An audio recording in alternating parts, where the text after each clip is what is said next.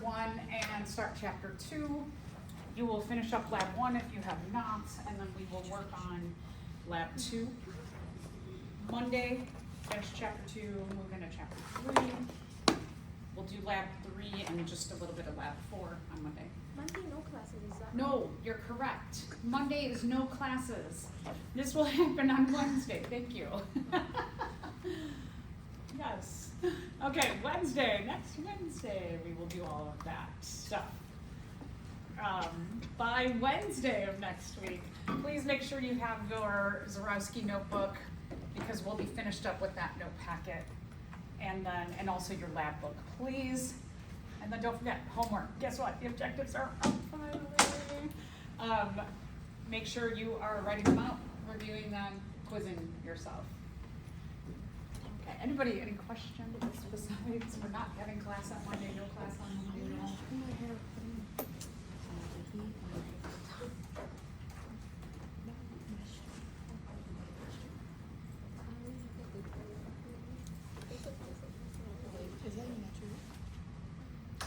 We were about to talk about how all living things are organized. We'll do just like a little overview of diversity of life and organization.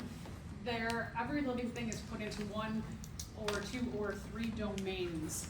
So we start with these largest groups. The 3 domains are the bacterial domain, the archaea domain, and the eukarya domain. If you're somebody who likes solving puzzles, you like to work with maybe like in the lab a little bit, working with DNA, and then you like to take that DNA and compare and process it. There's tons of work in the field of what we call taxonomy, or the naming of organisms, the way that we group them according to like characteristics. And so like in molecular biology fields,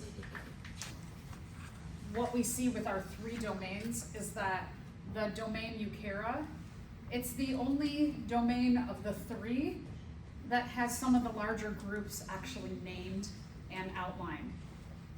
And these are what we call, these are kingdoms, and then the protists, who used to be one kingdom about, I want to say like 14, 15 years ago, they started to break these into the one protist group into, I want to say there's like 7 named kingdoms, and there's 2 other groups that they're trying to figure out. So even they're starting to break this up a little more. But archaea and bacteria, they don't have kingdoms yet for. So like just the next level down. Super important because, like for example, bacteria, there's so much research going on in, I'll just talk about 2 major fields of research. One is with antibiotic resistance. That I'm sure we've all heard about MRSA, methicillin-resistant Staphylococcus aureus, or other, they might call them superbugs. These are bacteria that are resistant to 1 or more antibiotics. And so like for the bacteria, it's great. For their evolution, it's helping them to survive by evolving these different kinds of resistance to antibiotics, but for us, that's not good, right? You get a bacterial infection, you want to just be able to take an antibiotic and wipe it out, but sometimes you have to take multiple antibiotics. And in connection with the importance of learning more about bacteria, not just for antibiotic resistance, is that let's say that you're taking an antibiotic, and we have in and on our body, we have what's called a microbiome. And the microbiome, you may have started to hear a little bit about this as well. The microbiome are all of the microbes that live in and on us, including a lot of bacteria. Our microbiome determines a lot about our health. And so microbes that live in and on us are symbiotic with us. We have a relationship where we support each other. And a lot of those microbes in our microbiome are really beneficial to us. But sometimes microbes are not beneficial to us.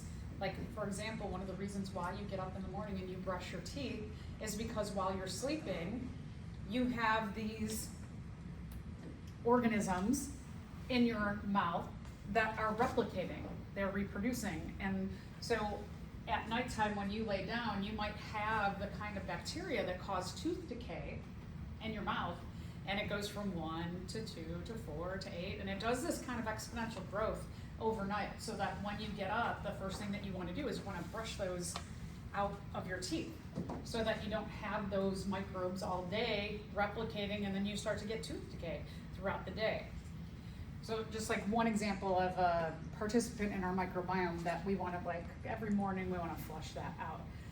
There's a lot of research that is showing a correlation between microbes in our microbiome and diseases that we get. And so a big thing about diseases is that we know a lot of diseases have genetic factors to them. For example, my father had heart disease, and he had very high cholesterol his whole life. In the early 80s, when we started, like, as a society, figured out, like, oh, we can put numbers on this cholesterol and correlate that with your circulatory health. His cholesterol was 458, his overall cholesterol number, which is 200 and below is target. So it was like more than twice as high as what it should be for health. So I know that I have a genetic factor to heart disease in my family. So one of the things in knowing that is I make sure my cholesterol numbers are below 200, right? Because I know that could be a potential issue if I don't keep an eye on it now. It's something that if you let that compound over years, I could end up like him, having a quadruple bypass surgery later in life. So here's the thing about the microbiome, is they also believe there's an association with the organisms that live in and on you in combination with, or maybe even without, genetic factors of whether you will get certain diseases. And so there's a lot of what we control in our microbiome that helps us to stay away from diseases or not. And in knowing some of that research, I'm glad. I just happened to, at your age, I became a vegetarian. In my, what year was that? Either my sophomore or my junior year, I took a health and nutrition class, and we had to do a behavior modification program for 10 weeks. And I ate meat at that time, but I didn't eat a lot of it. I wasn't always ever a big meat eater.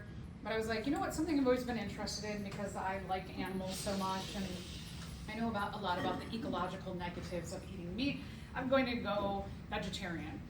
I also played basketball, so a lot of people in the class were like, I'm gonna exercise. And I was like, well, I exercise a lot every day, so I can't really incorporate that into my behavior modification. So I became a vegetarian, but that's one thing that I know also in thinking about reasons why that would be good, knowing that my dad had heart disease, I know that eating vegetarian really helps to lower cholesterol levels.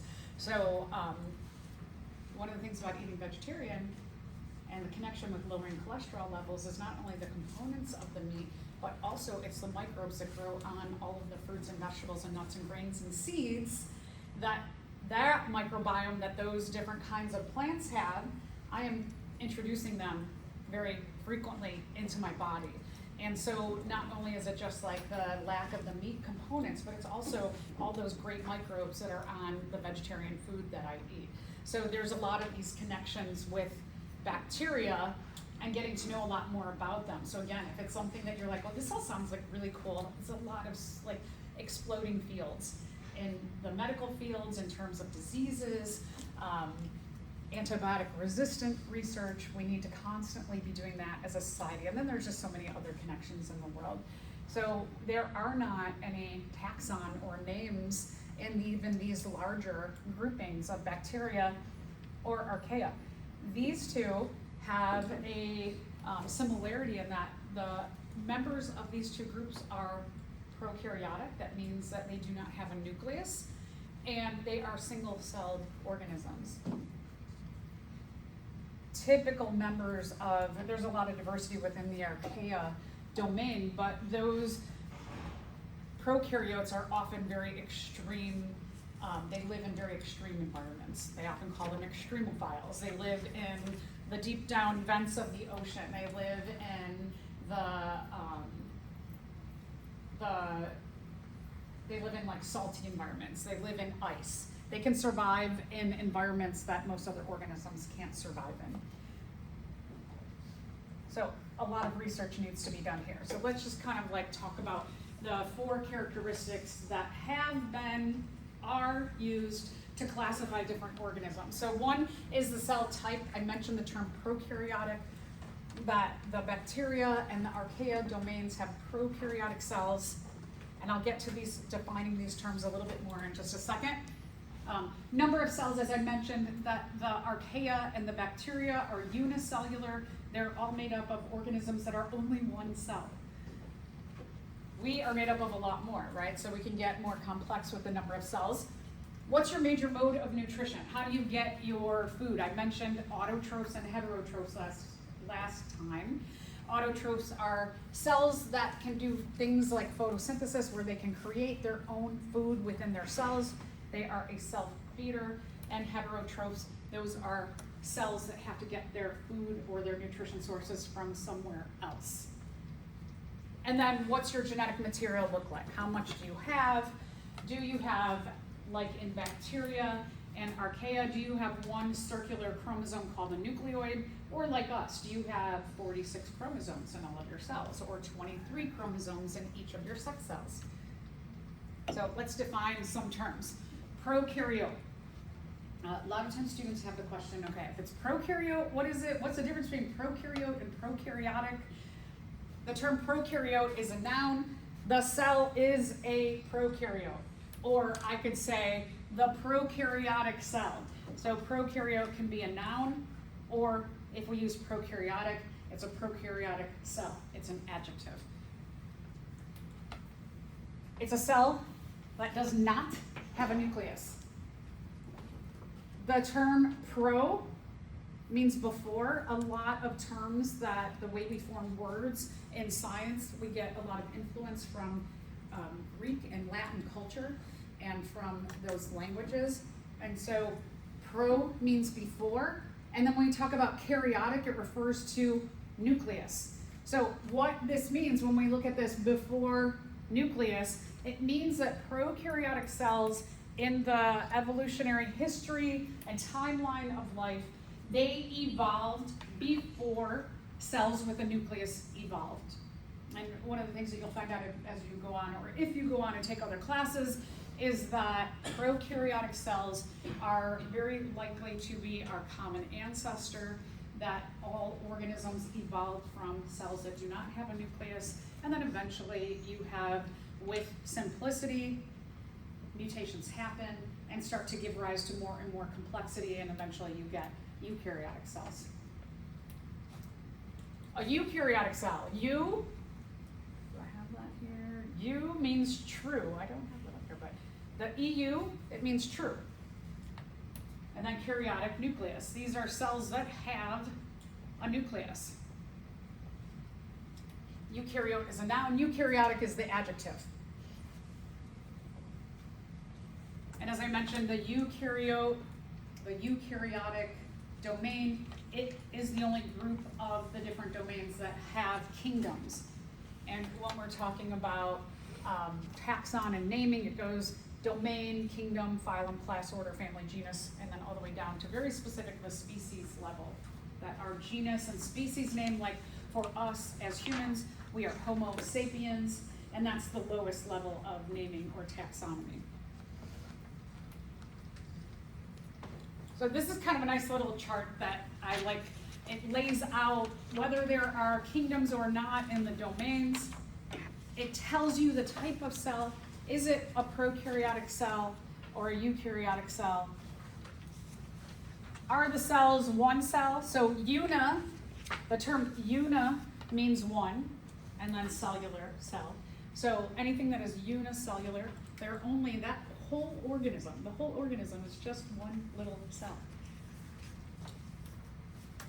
The eukaryotes, the fungi, plant, and animal groups are all multicellular. Those organisms are made of more than one cell. The protist groups, all those different kingdoms and groups that they're calling protists, they can be, some of them are unicellular and some of them are multicellular. So there's a lot of complexity within these groups and why they start to break that from one kingdom a while ago into many kingdoms and groupings. And then your energy needs, you can see that in bacteria, some of them are autotrophs, some are heterotrophs, some of them can make their own food, some of them have to get their food elsewhere. Also the archaea, some of each. The eukarya, the fungi, are heterotrophs. Molds, mushrooms, for example, they have to get their food from some other source. Plants are autotrophic, they undergo photosynthesis. And then animals, like you and I and other animals, we have to get our food from some other source. And again, diversity in those protist groups where you have some that are autotrophs and some that are heterotrophs, so lots of diversity there. Let's take a look at this question. The bacteria and eukarya domains are distinguished by members of bacteria being single-celled and members of eukarya being multicelled. Are all eukarya members multicellular? No. Right, so good. Here we have the eukarya. We take a look at all these groups and we look at cell number. Yep. Some of the protists are unicellular. Bacteria getting nutrients via absorption and eukarya by photosynthesis. Absorption would mean that they would have to get it from some other source. They would have to be heterotrophs. So let's see, maybe, right? Some of them are heterotrophic, so that could be true. Are all eukarya autotrophs? No. No, just the plants. So looking back at this, photosynthesis would indicate that those organisms are autotrophs, and we know that not all eukarya are autotrophs because we are not an autotroph and we are eukarya. The fact that only eukarya have the ability to grow and reproduce. Good, no, right? All of these, whether we're talking about archaea, bacteria, or eukarya, all living things, and we know that all living things have these characteristics as well as the other characteristics of life that we talked about. So, we're already gonna say na. The absence or presence of organelles, if you're like, I don't know what an organelle is, we'll get to that, including a nucleus. So the absence or presence of a nucleus. Yeah, so that would definitely distinguish a difference between bacteria. They are prokaryotic, meaning that they do not have a nucleus, and eukarya are eukaryotic, they do have a nucleus. So number 4 is our best answer.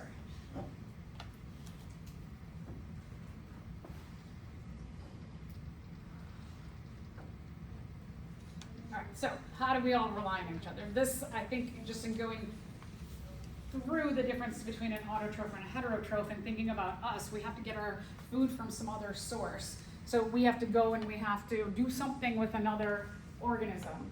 And that's why, in terms of mode of nutrition and our need for energy, we eat, right? We have to go and we have to eat. And when we're hungry, our brains tell our stomachs, you gotta get food. And so then we just our brain starts to get fixated, right, on food.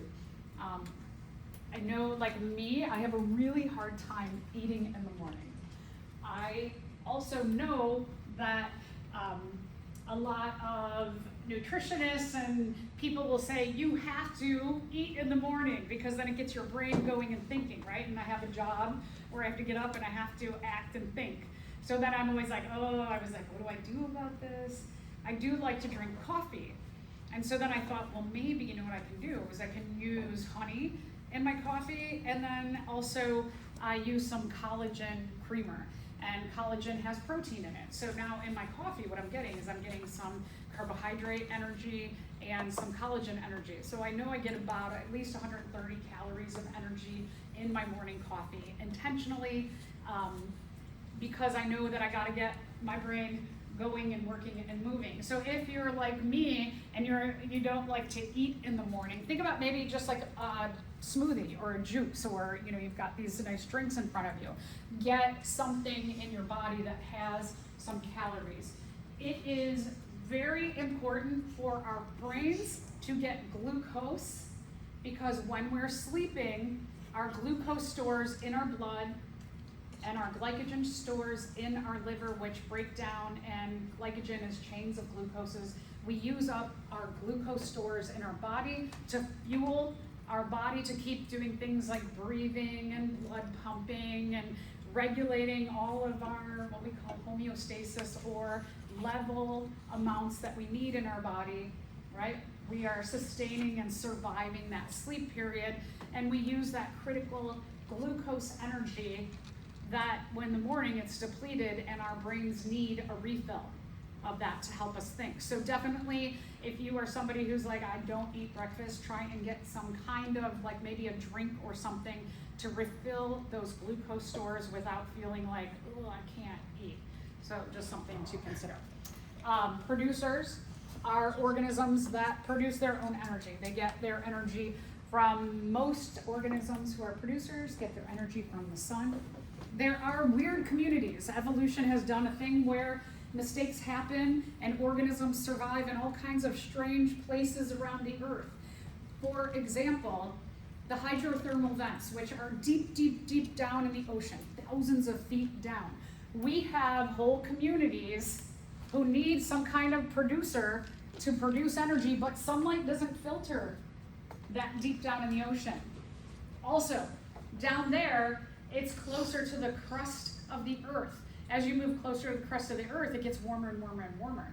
And those vents, they can actually be boiling temperatures.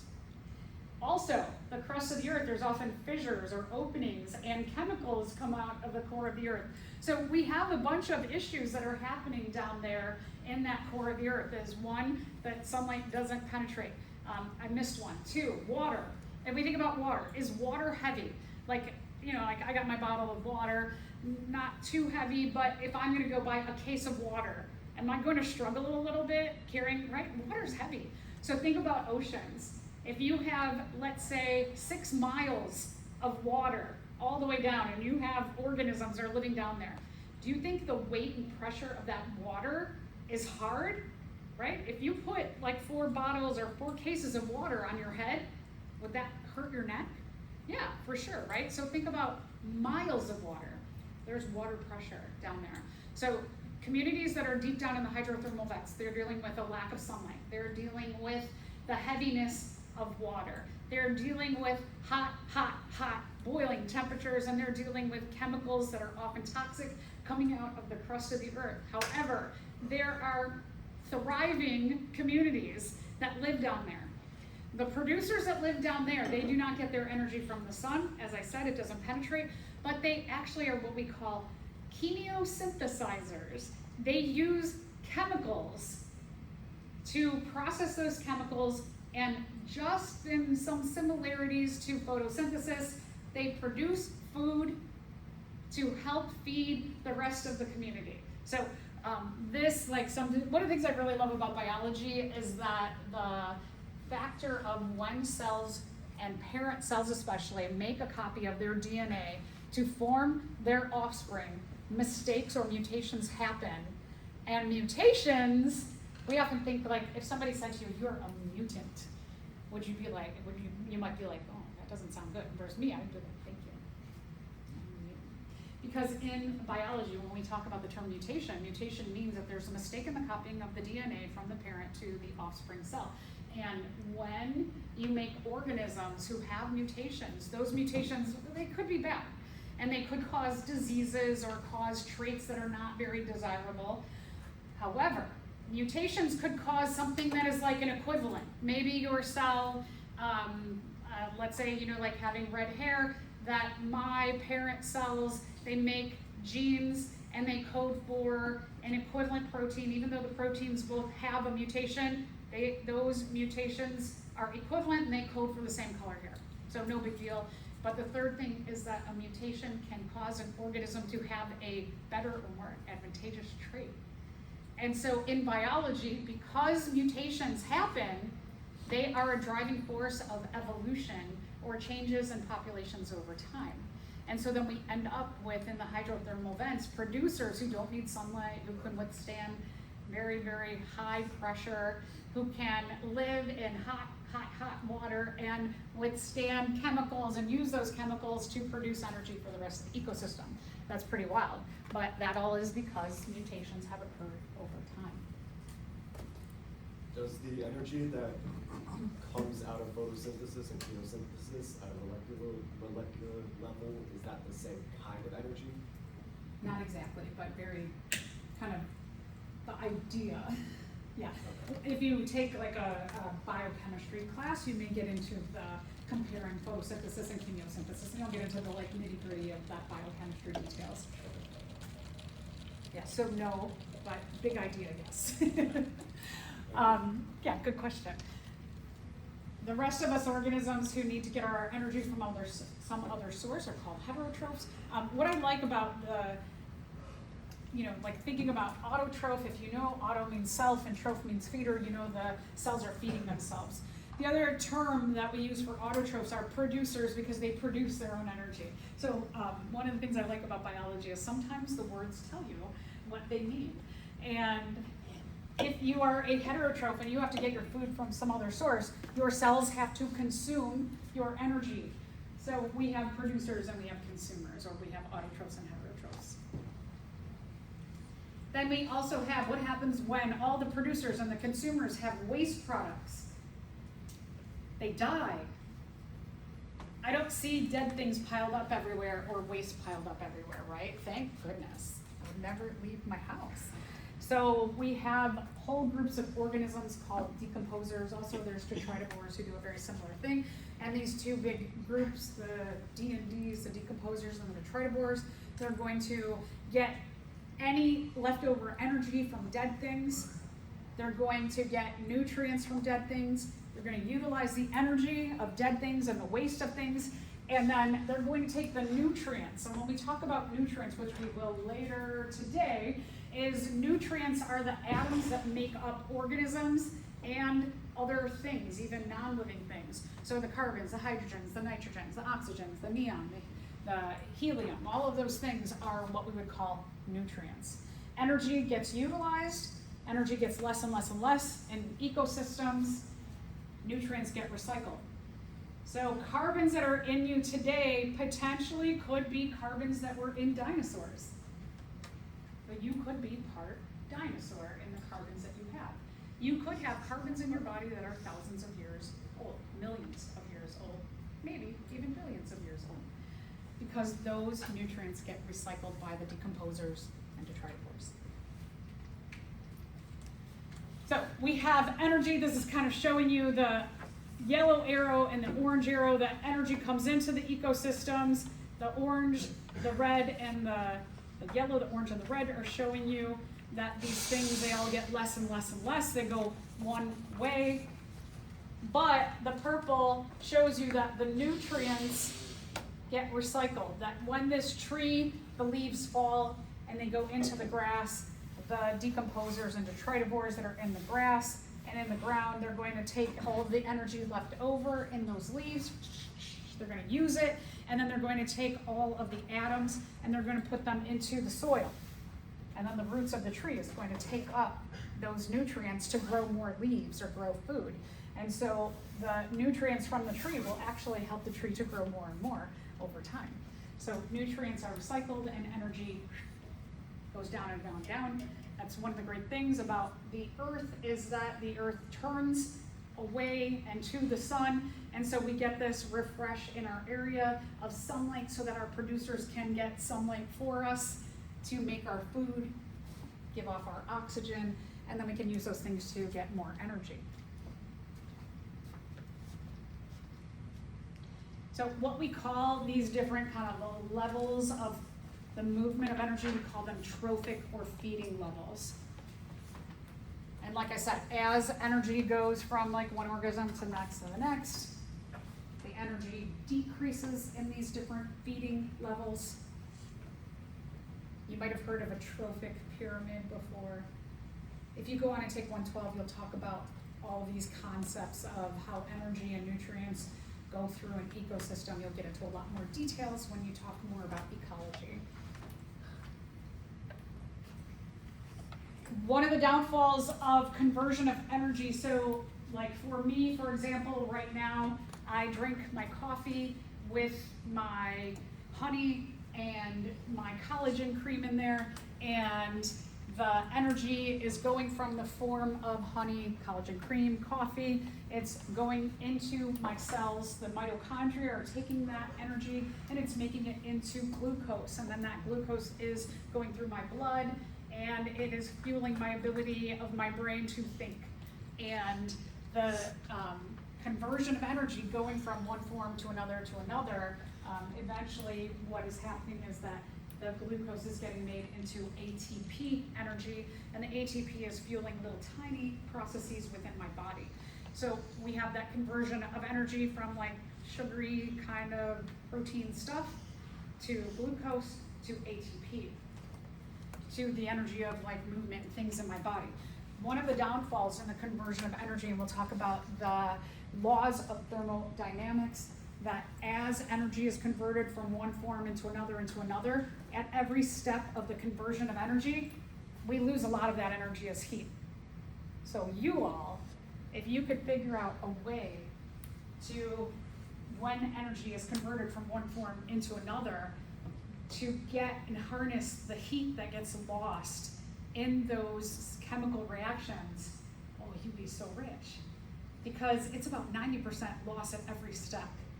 Could be like 75 to 90%. So we're only getting, in the conversion of energy, I'm only actually harnessing 25 to 10% of the energy that's actually in whatever I am trying to harness.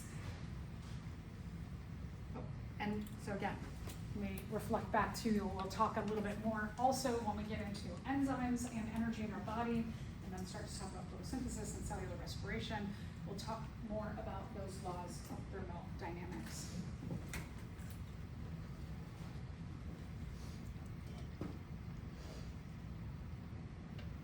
So, photosynthetic bacteria, are they examples of autotrophs, heterotrophs, eukaryotes, or fungi?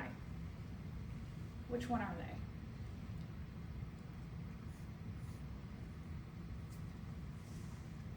Which number do you think?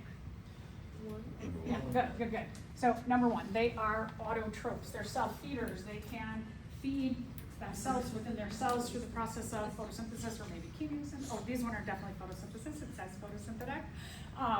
They are also producers in an ecosystem. They produce energy for other organisms. Do you have this question below too? Oh, okay. So, did we do this question earlier? Or did last time? Okay. Okay.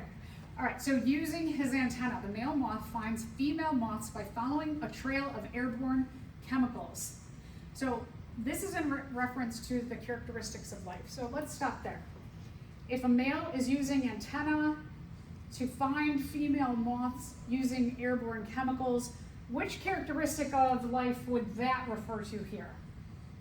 The response to stimuli. Yeah, it's responding to stimuli of some kind of chemicals to find the female. Okay, so that portion of this question refers to that. Those are called pheromones. Upwind to the female producing them.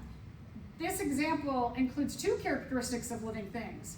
What is the first one that leads to the second one? So we figured out the first one was response to stimuli.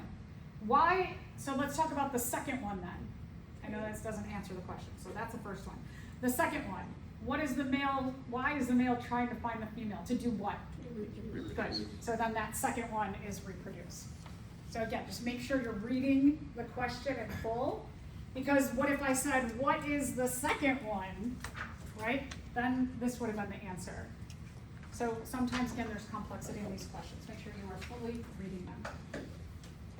All right, just a reminder, within your objectives, you have this particular objective.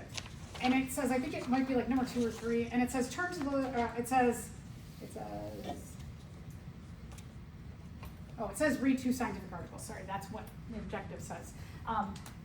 I've noted this in your objectives also, but just a reminder, you do not have to go out and find 2 scientific articles and then list out all of the parts of the scientific method. Just go to your lab 1. I will, one of the things about the way that I hand labs back is when everyone has turned in a lab, like I have all of your safety labs graded. I just received my last one, so today, on Monday, so today I'll give everyone back the lab safety because everyone has turned them in. So lab 1, I will hand back, some people had turned them in already, and I graded them, but I'm waiting for everyone else to turn them in, so you all will get them back in the next class. I don't like to hand them back until everybody's turned them in, because sometimes the people who are lagging to turn them in will be like, oh cool, you got 10 out of 10 on that, can I see that? Right, and they copy the whole thing. So not to say that you're all going to do that, but one person often does that. So I try to get the labs back as quickly as possible, but just make sure so that when you have your lab 1 back and you read your 2, it says in your objectives, read 2 scientific articles, just go back to those.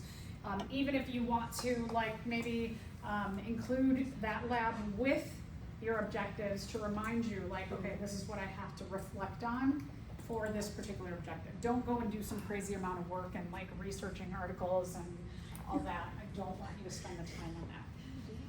Okay, does anybody have any questions on that? So just read the article.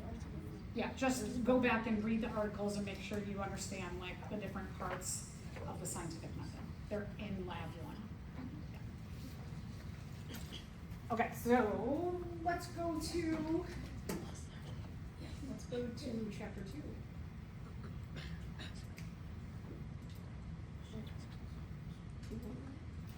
We're going to get into some basic chemistry here. And we just answered this, so hopefully this will be an easy question. Photosynthetic bacteria are an example of? Autotrophs. Good, autotrophs, right? You just answered that one.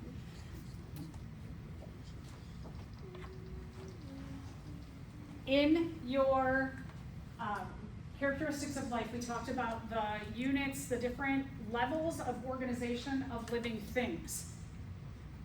If you refer back to that, so go back a few pages and find there's a full page illustration that shows you the different levels of organization. It will be number 5, right? Yeah, I want you to go back and look at that.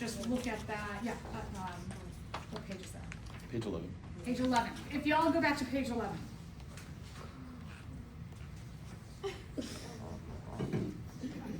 So page 11 shows you going from the smallest unit of organization, which a lot of you said that would be 5, right?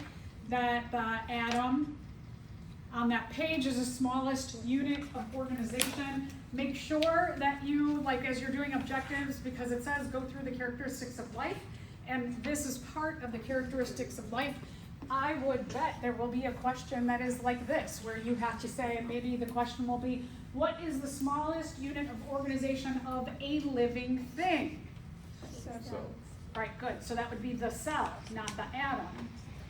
So a living thing starts at the cellular level. So just to kind of like show you, if we're talking about smallest unit of all organization, it's atom.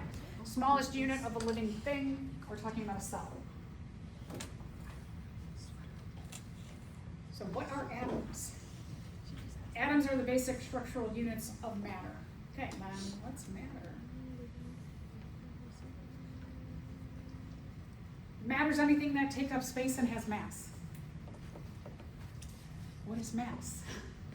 Mass depends on what we're talking about. When we're talking about like us as humans, we might talk about our mass as kilograms or stones or pounds or ounces. When we are looking at atoms and their mass, we're looking at what we call AMUs, or atomic mass units. Matter, when we look at matter, we know that it is composed of basic elements. So wait, let's go back to the definition of atom.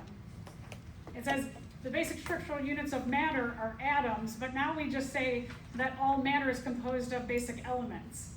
So my question is, what's another word for element? Yeah, atom. Okay, so I do this intentionally because you have different definitions often of the way matter is defined, or atom or element. Anytime you see the term atom, we mean the basic elemental form of that particular thing. So just know that we can usually, like in chemistry or science, if somebody says atom, they are referring to elements, or if they're talking about elements, we know that elements are the basic atoms of matter.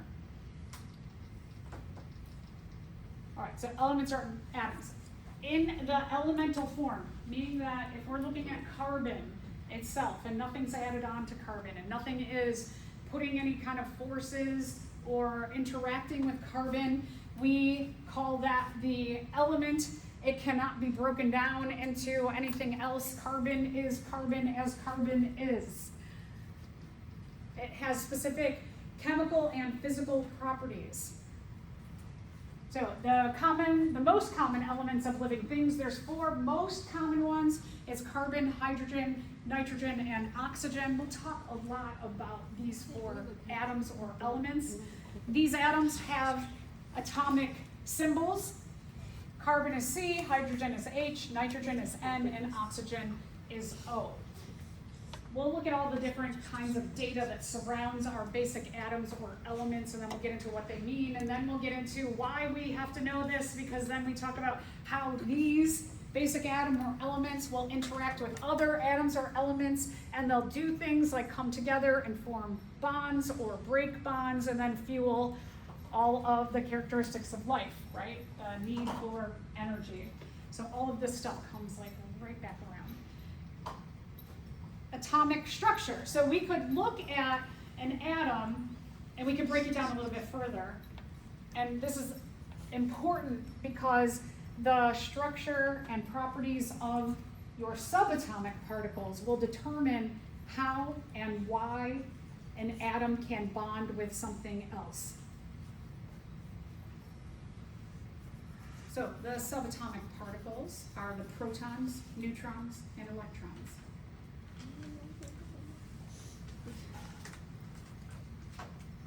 No. Okay. Thank you though.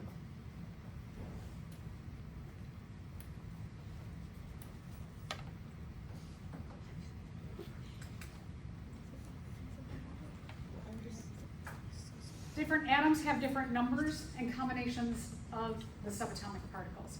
And that's what gives them their specific chemical property, meaning what they can do in terms of bonding, and then their physical properties, what do they actually look like? And where are these subatomic particles located on that atom?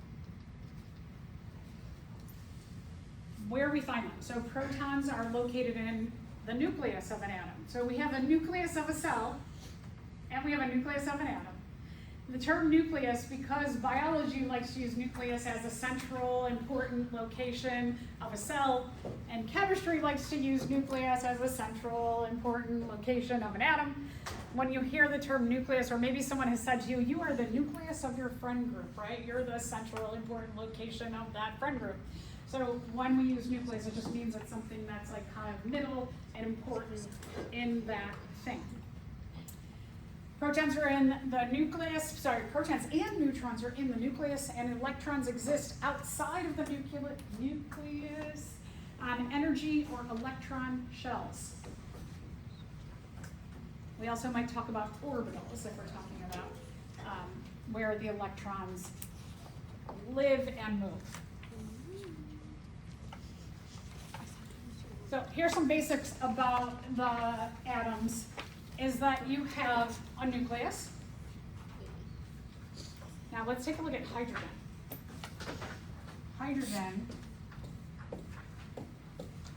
Hydrogen is denoted like this.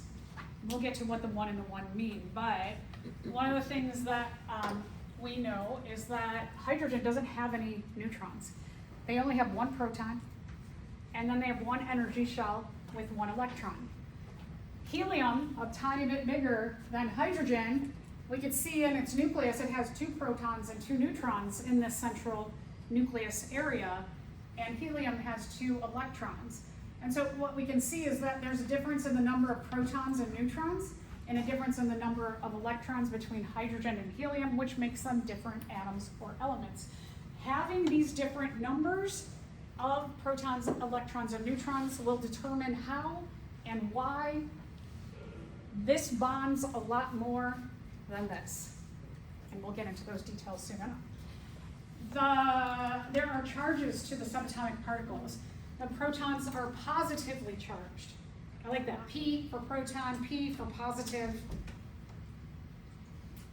Neutrons. Neutrons are neutrally charged.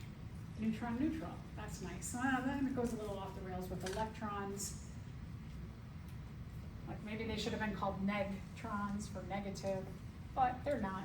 So electrons, you do have to remember that they are negatively charged. I often just go like, okay, protons are positive and neutrons are neutral. That leaves us with the electrons have to be negatively charged.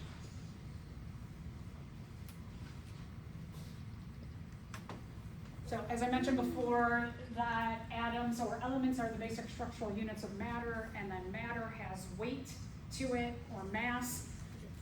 What we use when we're talking about atoms or elements is we use AMUs or atomic mass units. Now, protons are exactly 1 AMU. In here, we're going to make our calculations of our neutrons and our electrons. We're going to make them real easy and kind of perfect, but we're going to lie a little bit or round a little bit. Protons are 1 perfect AMU.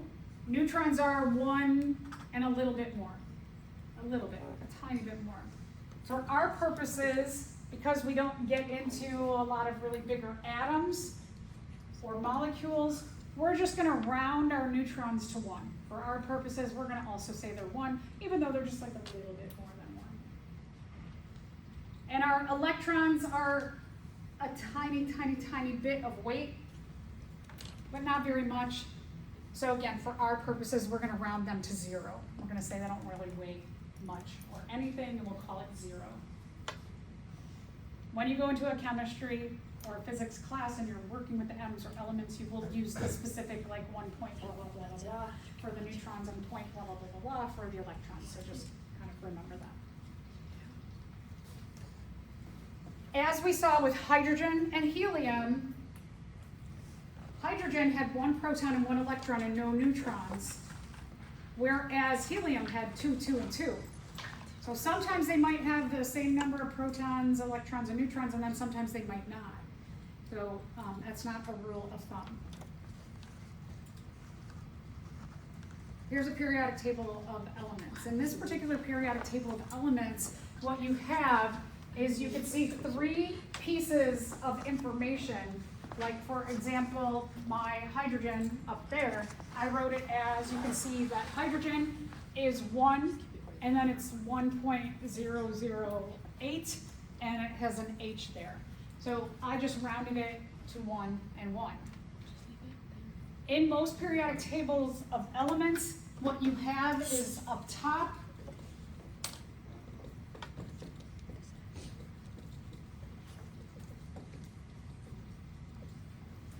is most of the time you'll see the atomic number on the top and the atomic mass on the bottom.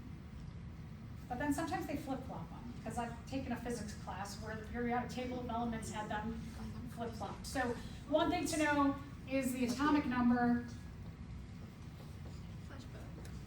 If you're not sure if it's like flip-flopped and you're like, wait, why is it 1.008 on top and 1 on the bottom? They put the atomic mass up here and the atomic number down there. So one thing just like keep in the back of your mind, in biology we always like to write atomic number up top and atomic mass on the bottom, but if they are flip-flopped in some other place in your world, know the smaller of the 2 numbers is always the atomic mass.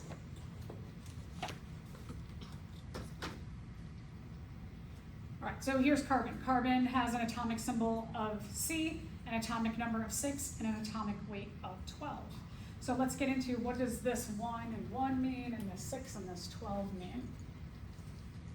The atomic number equals the number of protons.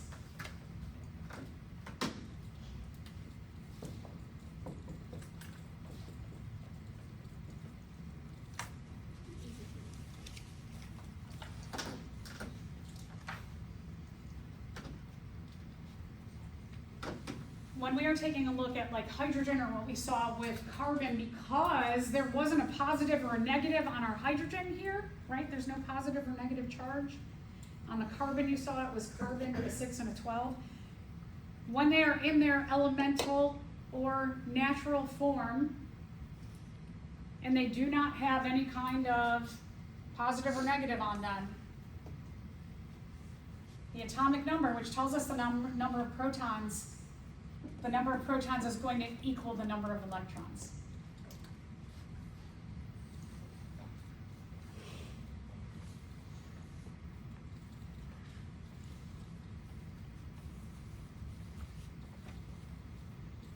So the atomic number, by definition, is the number of protons, but then it also infers the number of electrons.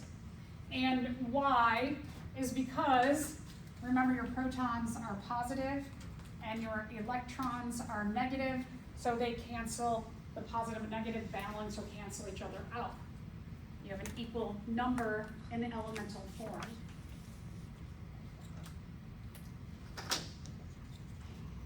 So from our, if I'm just keeping a list here, and I want to keep track of how many protons, how many electrons, how many neutrons, I know that this number tells us that there's one proton, and that one proton from the atomic number infers that there's one electron. All right, what about the neutrons? So let's talk about the atomic mass or weight.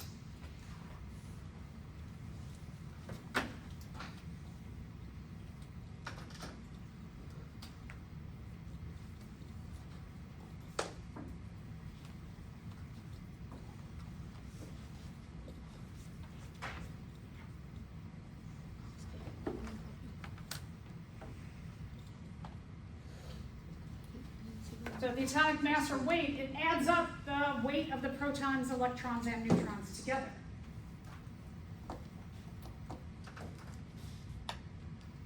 Now, remember, for our purposes in this class, we're going to say, well, we know that protons are 1.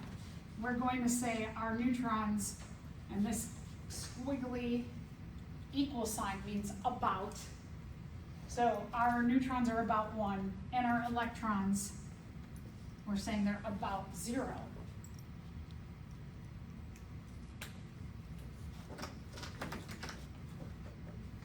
So still, like, we still gotta figure out the number of neutrons, right? Oh, sorry, we'll get to that in a second. And then the atomic symbol is the letter. The first letter is always capitalized. Like helium was HE, H is capitalized, the E is in lowercase. So it's a letter or 2 letters together to represent that element or atom.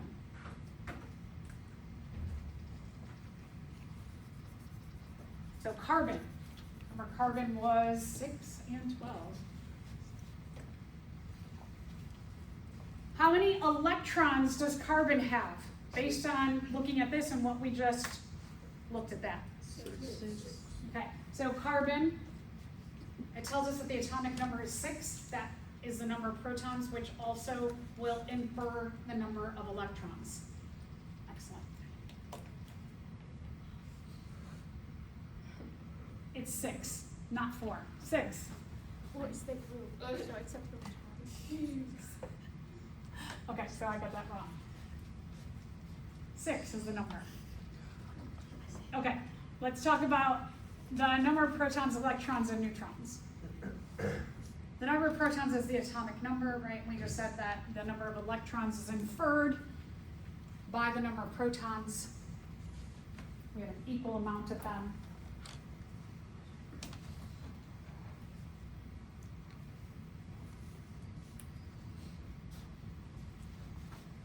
So we still have to figure out our number of neutrons here. For our purposes in here, because we're saying that our neutrons are about 1 and our electrons are about 0, what we're going to do with, and to figure out our neutrons, is we're going to take our atomic mass and subtract our atomic number to get our number of neutrons.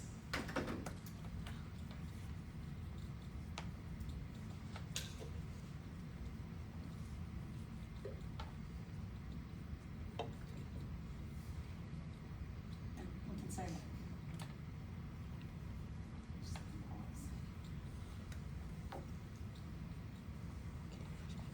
So in this case, for hydrogen, 1 is the atomic number and 1 is the atomic mass. We're taking 1 minus 1 equals 0. So that's why hydrogen has no neutrons. Oh, sorry, and I didn't do this in your notes.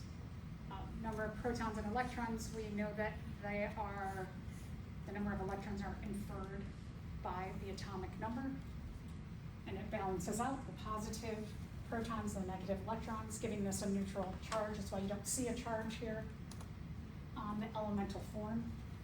And then the atomic weight, subtract the atomic number, will give you the number of neutrons.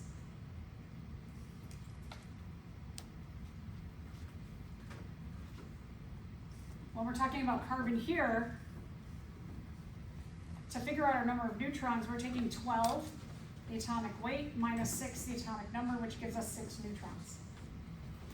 So carbon, when we look at the protons, electrons, and neutrons, 6 infers the number of protons. 6 is the number of protons. The number of protons infers the number of electrons. And then to get the neutrons, we take 12 minus 6 equals 6. We take the atomic weight minus the atomic number, gives us 6 neutrons. So in the case of carbon, it's got an equal number of protons, neutrons, and electrons.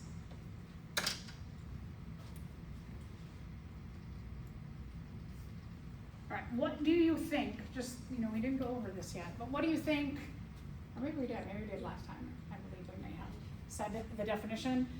The definition of energy, is it any molecule that can be broken down? No. The ability to do work? Yes. That sounds good, right? The ability to bond.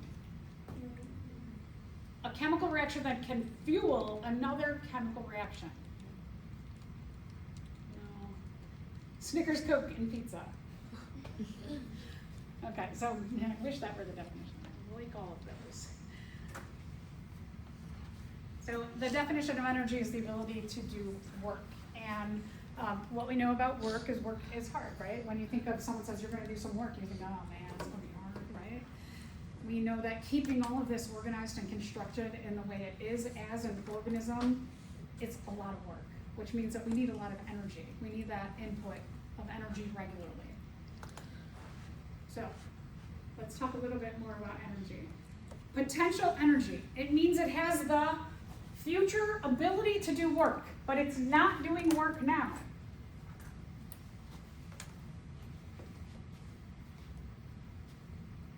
You might have a friend who's really smart like you, but they're not working to their potential, right? They have the ability to perform as well as you because they are as smart as you, but they are just not doing it, right? So they have potential energy. It's stored.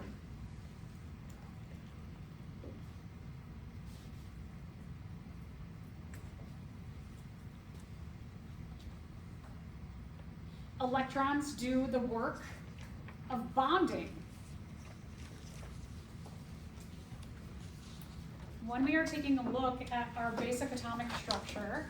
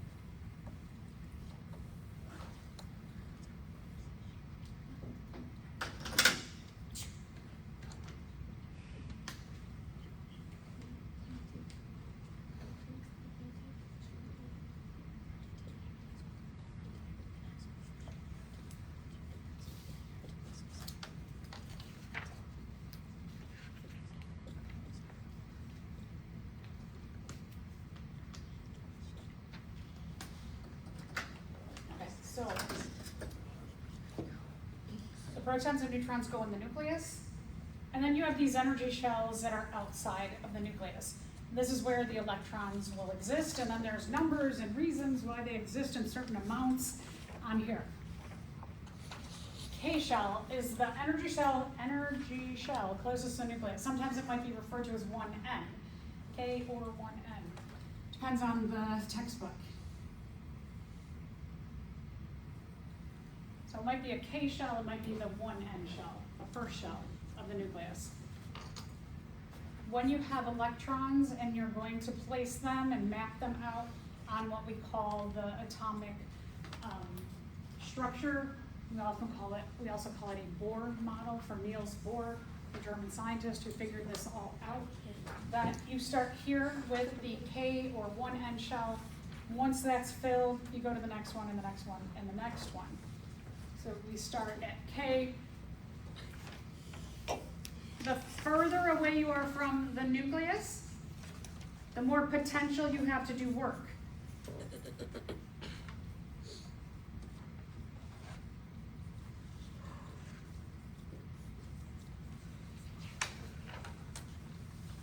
So our last shell out here has the most potential.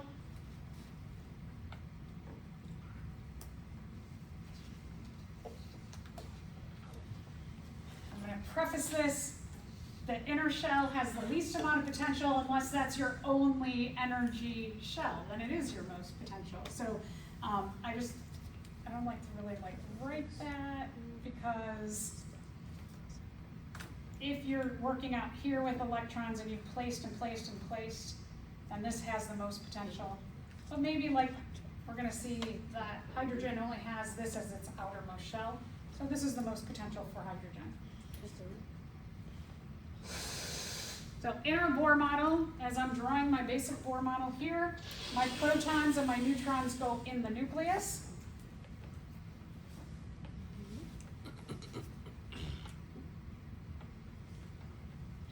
Electrons go on the energy or electron shells outside of the nucleus.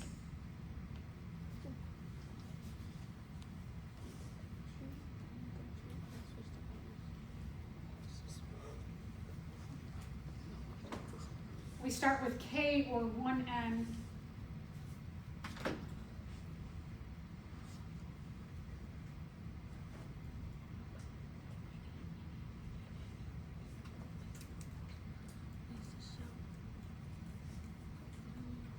And then we move on to LMN, or we go 1N, 2N, 3N, 4N. I'm going to refer to them as K, L, M, or N. So just to note that if you in the past have learned about the atomic structure being 1N, 2N, 3N, 4N, the equivalents are there. We fill in K, we fill in L, we fill in M, we fill in N. We go from the inside to the outside and filling in our electrons.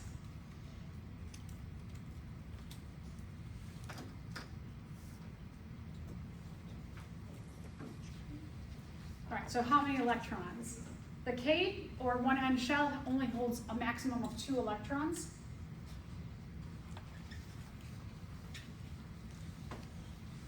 Sometimes textbooks like to put them together in a pair just to see them a little easier. I'm going to put, especially in the K shell, them apart. K can hold a maximum of 2, which means it can hold 1 or 2. And then once that is filled in with your electrons, then you go to L, M, N, who can hold a maximum of 8 each.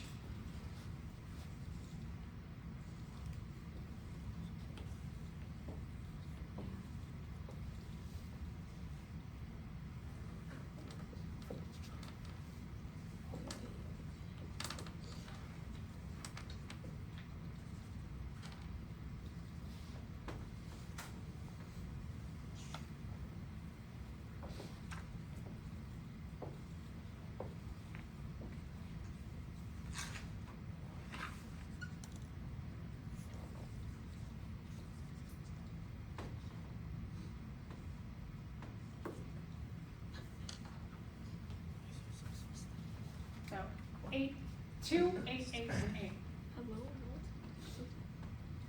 So what I want you to do based on what I just outlined here in the rules, I want you to sit down and draw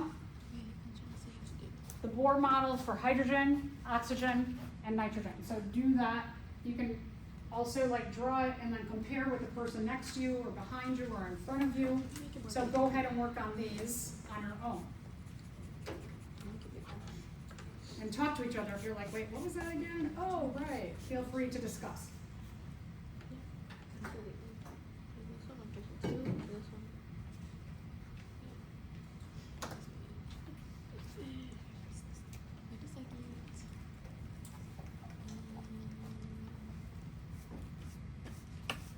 Myself, I do like to write out PEN, so I can say there's this many protons, this many electrons, this many neutrons, so I can just like refer back to that, so I have my data of them. Up to you, but I like to do that. Helps me to minimize mistakes in the number of electrons I might put, just like I did in that question. Clearly I didn't do that.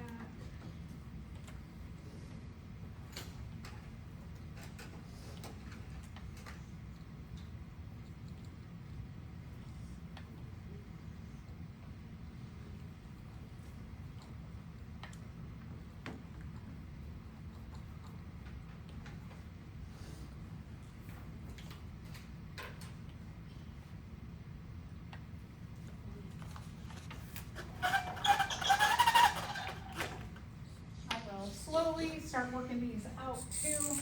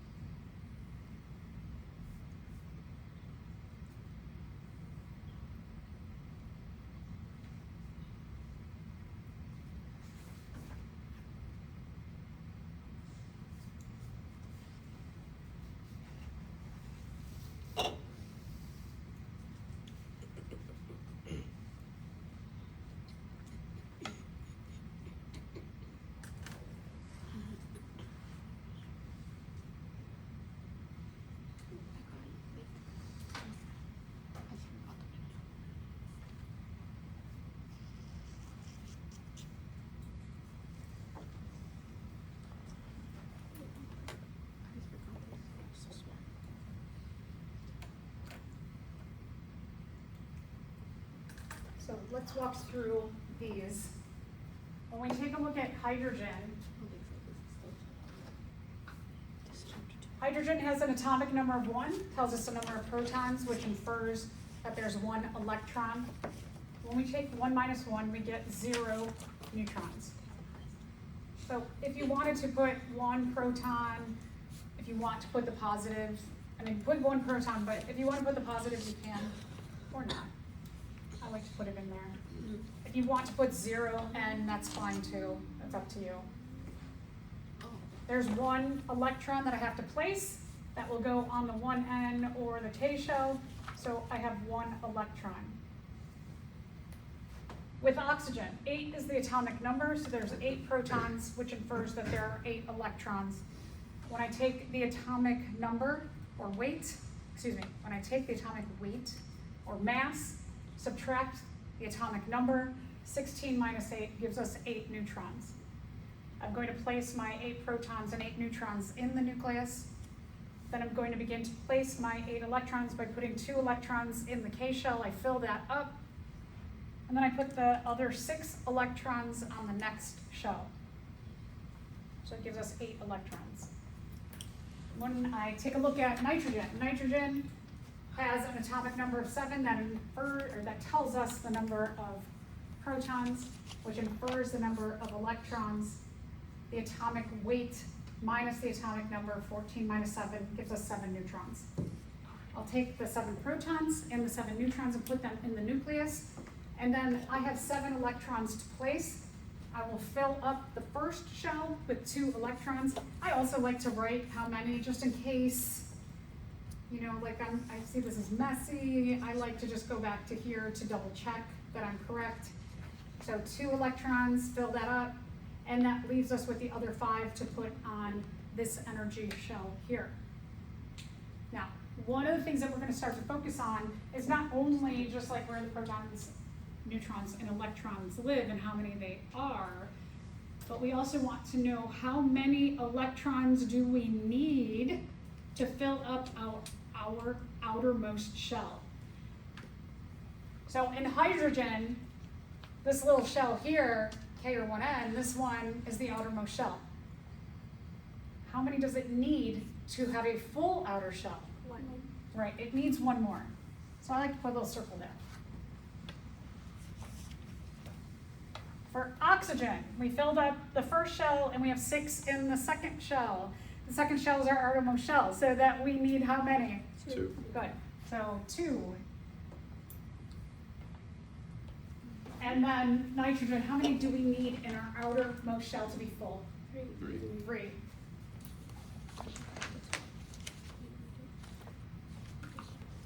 We are going to focus on, and one of the things about chemistry is that the number that you need in your outermost shell will determine how and why you bond. This is why chemical bonds come about. It's just this basic atomic structure. What atoms or elements want is they are seeking out stability, right? Don't we all love stability? I mean, I know I function better when things are organized and stable.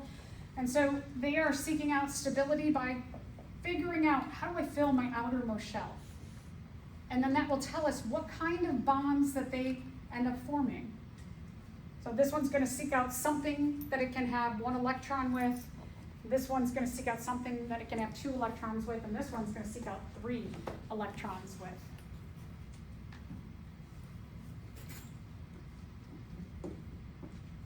And then let's just take a look at carbon. So carbon has 6 and 12. We go back over here to carbon. 6 is the atomic number, and 12 is the atomic weight or mass. We said that the 6 atomic number tells us we have 6 protons and infers that we have 6 electrons. And when we take the 12, the atomic weight or mass, minus 6, the atomic number, 12 minus 6 gives us 6 neutrons. So you can see here, the 6 protons and 6 neutrons are placed in the nucleus. There are 6 electrons to place. You put 2 electrons in that first shell and fill it up, and then it has 4 in the outer shells. How many electrons does carbon need to have a full outermost shell? 4. 4. Okay, so here's the thing about carbon and why carbon is one of the most proliferate, common, important atoms or elements in living things is because it wants 4 more electrons. So it can add whole chains of stuff this way